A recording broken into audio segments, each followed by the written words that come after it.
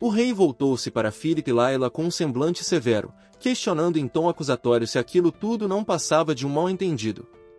Afinal, não havia sido o próprio Marquês quem entregará o colar a Ellen? E agora, lá estava ela, usando o presente em plena festa. Com um ar ensaiado de vítima, o Marquês Ondera respondeu, teatralmente: Meritíssimo, Vossa Majestade sabe como essa mulher é. Ela é do tipo que pode mentir a qualquer momento. Ellen, indignada, limitou-se a rir com ironia antes de encará-lo e retrucar: Então é assim que vai ser?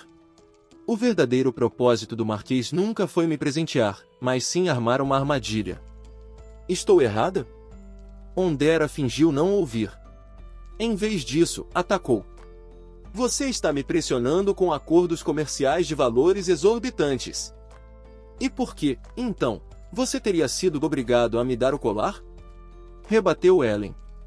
O Marquês elevou a voz, respondendo: Ora, como mais eu poderia lhe oferecer algo tão luxuoso quanto as lágrimas da deusa? E agora está aí, pendurado no seu pescoço.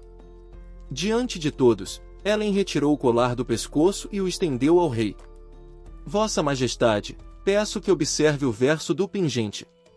O rei bufou, dizendo que devolver o colar não apagaria seu erro. Mas ao pegar a peça e examiná-la, seu olhar se estreitou ao notar algo inusitado. Aquela joia, para ser autêntica, deveria conter o selo oficial de fabricação. Sem ele, não passava de uma cópia. Com firmeza, Ellen explicou: Nunca pedi presente algum. Ele foi enviado sem meu consentimento, e por isso devolvi imediatamente. O rei hesitou. Se for esse o caso, este colar. O Marquês Ondera me obrigou a usá-lo e comparecer com ele à festa, disse Ellen com frieza. Por isso, mandei fazer uma réplica. Quis apenas cumprir uma promessa, mas agora estou sendo caluniada por algo que nem sequer compreendo. O rei, pressionando os dedos contra a testa, parecia desconcertado. Por que tudo isso aconteceu? Ellen, agora mais calma, concluiu. No início, também me perguntei isso. Mas tudo faz sentido agora. Nos contratos de investimento assinados com o Marquês, há uma cláusula que exige o pagamento em dobro caso haja qualquer violação. Se a armadilha tivesse funcionado hoje, minha boutique certamente estaria nas mãos dele. Ondera tentou se defender, gritando: Isso é mentira! Nunca recebi esse colar de volta. Claro que não, respondeu Ellen. Ele deve estar chegando à sua residência neste exato momento. Aqui está o recibo dos Correios do Condado de Maurice. O item foi conferido e carimbado. Ela entregou o documento ao rei, enquanto Ondera, visivelmente abalado, mal conseguia esconder o choque. O rei, então, declarou: Amanhã, a verdade será averiguada. Todos os envolvidos deverão comparecer. Ninguém deve faltar. Conforme os convidados começavam a se retirar, Ellen lançou um olhar a Philip Delina, refletindo em silêncio. Parece que eles já estão conectados, como na história original. Nesse instante, o Marquês aproximou-se novamente, gritando: Você acha que isso vai mudar alguma coisa? Ellen virou-se para ele com um olhar gélido. Amanhã tudo será esclarecido. Furioso, Ondera agarrou o braço de Ellen com força. Não importa o que você faça. Antes que pudesse prosseguir, Mild interveio, segurando a mão do Marquês e posicionando-se entre ele e Ellen. Com um movimento brusco, ela se desequilibrou e caiu no chão. Ondera, irritado, empurrou Mild com violência. Como ousa me tocar, seu bastardo? Mild revidou com firmeza. Eu sou Irgor Mild, segundo filho da família do Conde Mild, do Condado de Bourbon. Não sou bastardo algum. Ondera cerrou os dentes, ofendido. Como ousa dizer isso, seu presunçoso? Sem recuar, Mild retirou sua luva e a arremessou no rosto do Marquês. Parece que palavras não bastam. Vamos resolver isso lá fora. Ondera, tremendo, recuou. Não há necessidade de um duelo por algo tão trivial. Veremos amanhã. Ao fugir covardemente, Ellen foi amparada por Mild, que perguntou preocupado: A senhora está bem? Acho que torce um pouco o pé, mas preciso continuar forte. Nesse caso, com licença. Gentilmente, Nilda tomou nos braços e a carregou como uma princesa. Ellen, surpreendida e corada, não conseguiu evitar o rubor no rosto. De longe, Philip observava a cena, apertando os punhos. Se ao menos Delina não estivesse constantemente se intrometendo, com certeza eu teria conseguido falar com Ellen. A pessoa que deveria estar carregando ela sou eu. Se é assim, farei o que puder por ela. Fora do castelo, Ondera reuniu 2 cavaleiros às pressas. Vão rápido até minha mansão.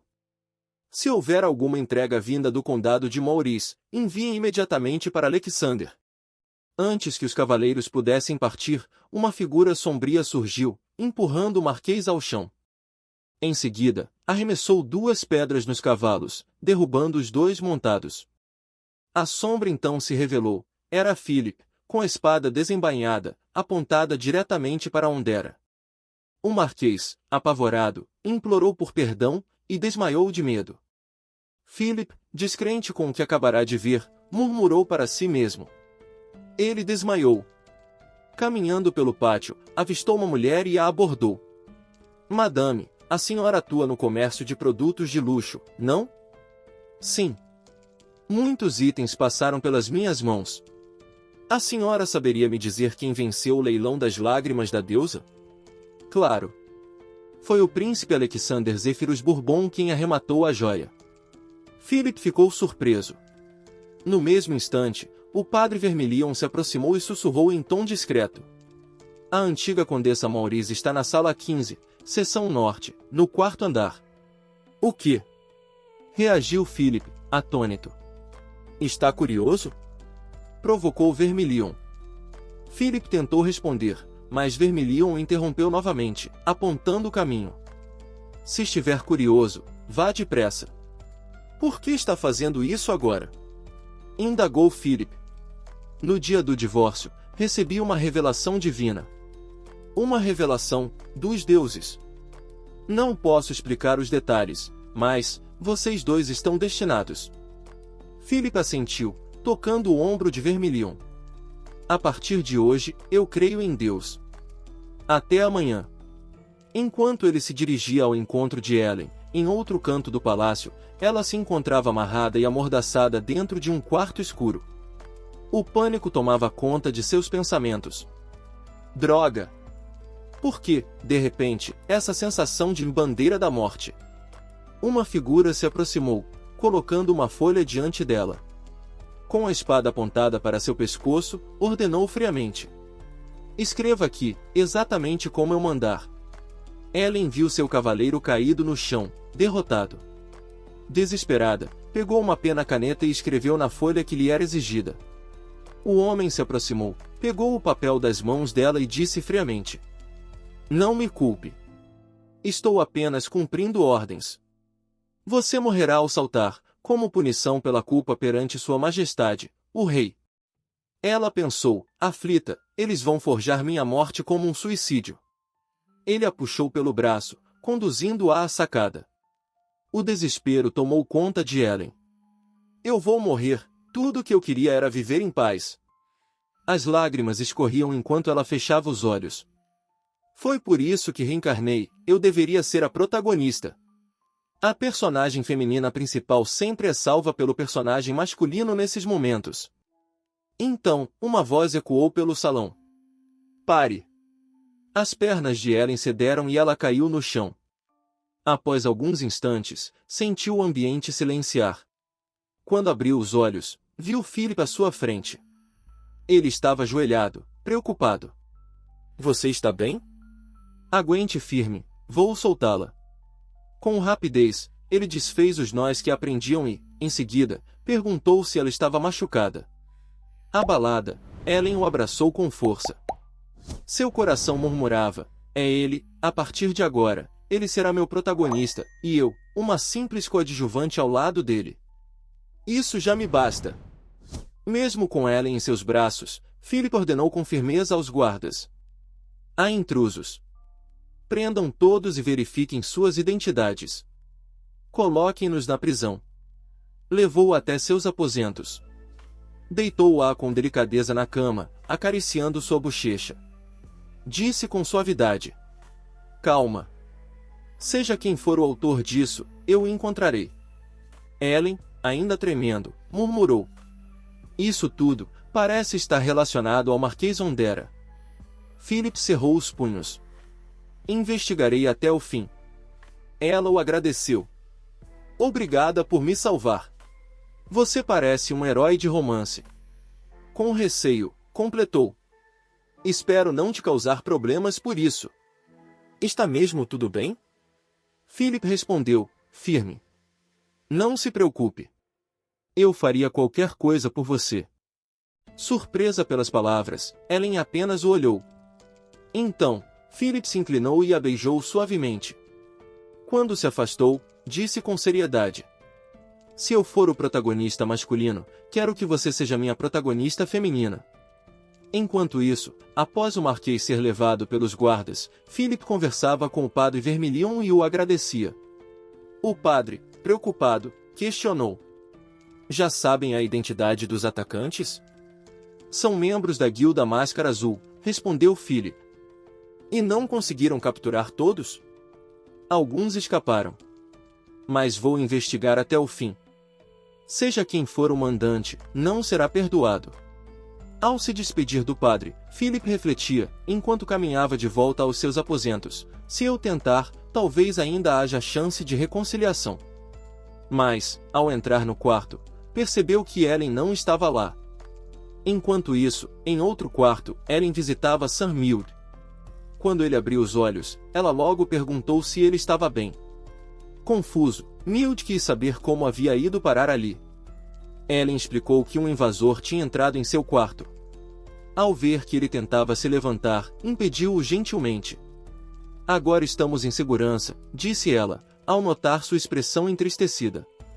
A felicidade já é o suficiente para mim.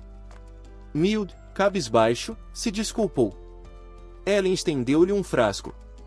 Se está se sentindo culpado, tome este remédio e melhore logo. Mild obedeceu. Ellen sorriu. Haverá muitas coisas a resolver depois. Por hoje, descanse.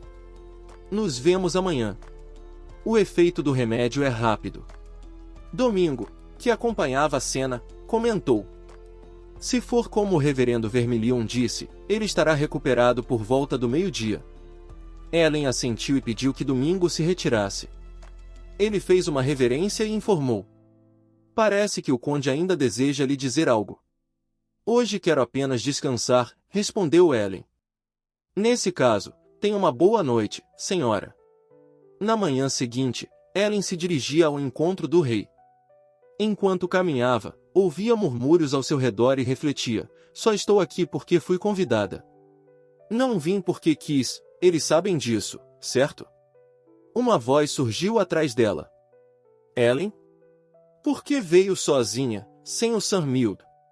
Ao olhar para trás, viu Alexander acompanhado de uma mulher. Ríspida, respondeu que não era da conta dele. Alexander insistiu: posso ser seu guarda pessoal.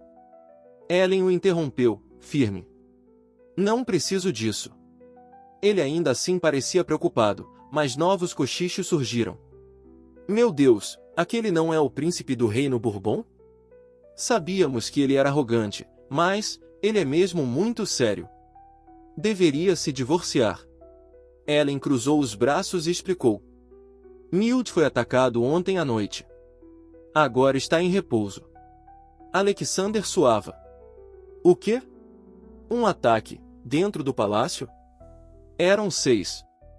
Amarraram-me e queriam que eu escrevesse um testamento, depois me jogaria da sacada. Indignado, Alexander gaguejou, mas Ellen se virou para sair. Ele tentou acompanhá-la. Se entrar sozinha, poderão interpretar mal. Com um sorriso leve, Ellen respondeu: eu não disse que entraria sozinha. A pessoa que vai me acompanhar está chegando agora. Philip apareceu. Ellen piscou para ele. Você está um pouco atrasado. Philip, sorrindo, segurou sua mão.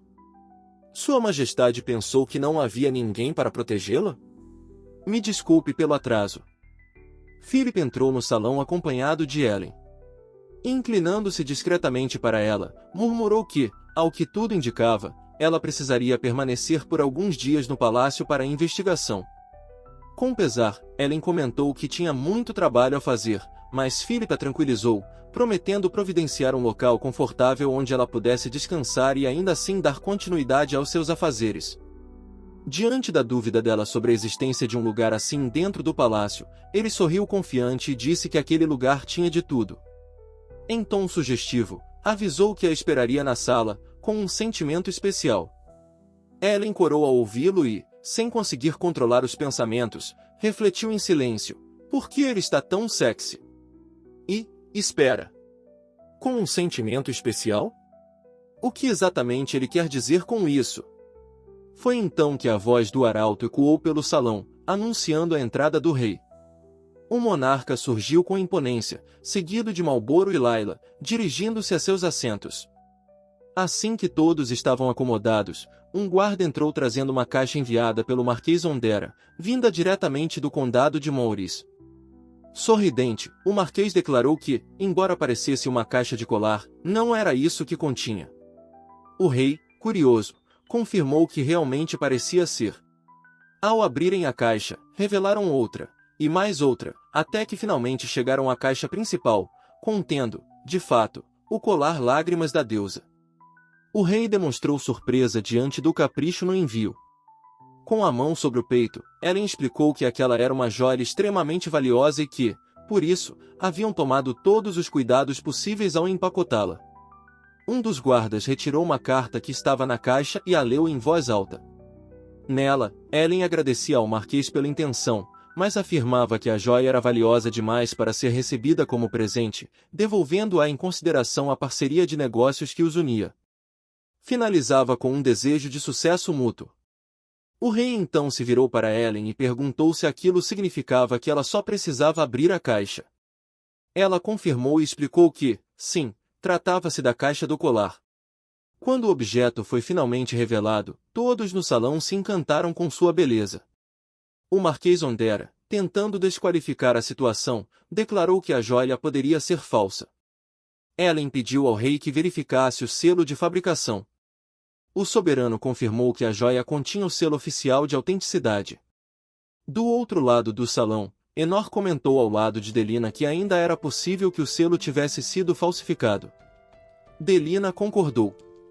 Ellen, ouvindo os dois, ironizou que talvez eles usassem os olhos apenas como acessório, já que não conseguiam diferenciar o verdadeiro do falso. Sem graça, os dois silenciaram. O rei, então, voltou-se para o Marquês e perguntou o que ele achava da situação. Ondera, suando, afirmou que o colar deveria ser analisado por um especialista. O rei fingiu ponderar e comentou que isso significaria alguns dias até que a autenticidade fosse confirmada. O Marquês se apressou a dizer que, assim que os resultados estivessem prontos, informaria o povo imediatamente.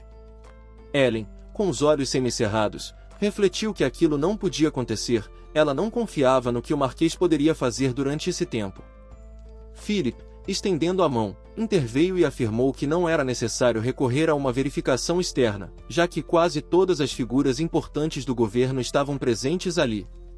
Talvez, entre elas, houvesse alguém com conhecimento técnico sobre pedras preciosas. Sussurros percorreram o salão até que uma mulher elegante se apresentou com uma reverência graciosa. Seu nome era Clona Azena. O rei a reconheceu de imediato. Ela explicou que conhecia bem a joia em questão, pois havia sido responsável por avaliá-la recentemente em um leilão. Autorizada, Clona examinou o colar no próprio salão. Após a análise, voltou-se para o rei e declarou com firmeza: a joia Lágrimas da Deusa era genuína. Ondera, em choque, gaguejou, dizendo que era impossível. Ellen, com uma das mãos na cintura, questionou o motivo da cláusula no contrato de manutenção de dignidade, a qual estipulava que, em caso de violação, o pagamento deveria ser feito em dobro.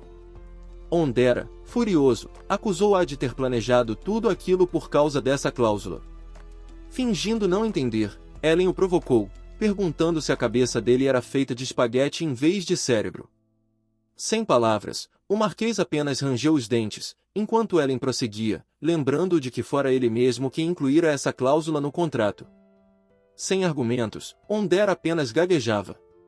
Philip então se aproximou do trono real e entregou um conjunto de documentos ao rei. Enquanto isso, Ellen encarava o Marquês e o acusava diretamente. Ele havia dado o colar, espalhado os rumores e armado toda a situação.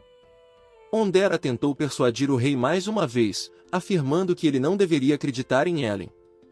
O rei, no entanto, perguntou a Philip se aquilo tudo era verdade, e o duque confirmou com seriedade. Em pânico, o Marquês pediu que o rei esperasse um minuto, mas o soberano, agora com o semblante carregado de raiva, revelou que os documentos continham registros de imagens infravermelhas do palácio na noite anterior, além de um testamento redigido pela própria Ellen, tudo evidenciando uma tentativa de forjar um suicídio. Ellen confirmou a informação, explicando que a haviam coagido a escrever o testamento e que o plano era fazer parecer que ela se jogaria por sentimento de culpa, após usar um colar supostamente falso. Diante do silêncio do Marquês, Ellen prosseguiu, revelando que um dos responsáveis pelo crime era, na verdade, um criado trazido por Ondera. O rei, já sem paciência, ordenou que os guardas o levassem e exigiu que fosse interrogado pelo comandante da guarda. Enquanto era arrastado, Ondera gritava, clamando por um mal-entendido.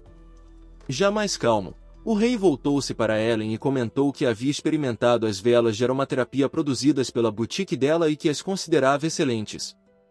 Como presente de aniversário, pediu que fossem produzidas 1000 unidades, personalizadas com o símbolo real.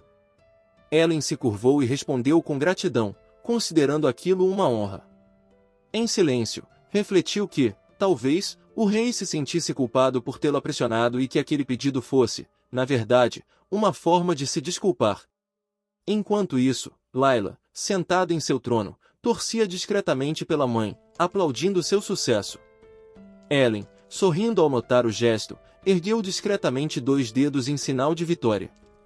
O rei levantou-se, antes de se retirar, convidou todos a aproveitarem a festa. Assim que ele deixou o salão, diversas damas da nobreza cercaram Ellen com entusiasmo, elogiando seu vestido e demonstrando interesse em investir na boutique. Ellen agradeceu a todas com um sorriso educado, mas por dentro refletia com ironia: neste mundo ou em qualquer outro, as pessoas continuam sendo oportunistas. Quando a noite chegou, Ellen deixou o salão e suspirou aliviada. Finalmente, tudo havia terminado. Ela precisava voltar antes que Mil despertasse. Foi então que ouviu uma conversa ao longe. Um homem comentava sobre a construção de um local de descanso no Jardim de Girassóis. Jardim de Girassóis, pensou ela. Esse não é o local especial que Philip mencionou? Curiosa, Ellen se esgueirou até atrás de uma pilastra para observar a conversa entre Philip, Enor e Delina. Philip explicava que precisava de um lugar tranquilo para descansar, e Enor comentou que havia até obtido permissão do rei. Delina, visivelmente animada, perguntou se podia visitar o local, chamando-o de romântico. Enor comentou que soubera que havia até uma cama lá, e Delina, rindo, disse que adorava lugares assim. Fingindo surpresa, Enor provocou Philip, perguntando se ele havia feito o local pensando em ficar sozinho com Lady Sor. Philip respondeu com naturalidade que sim, e que estava preparado para 2.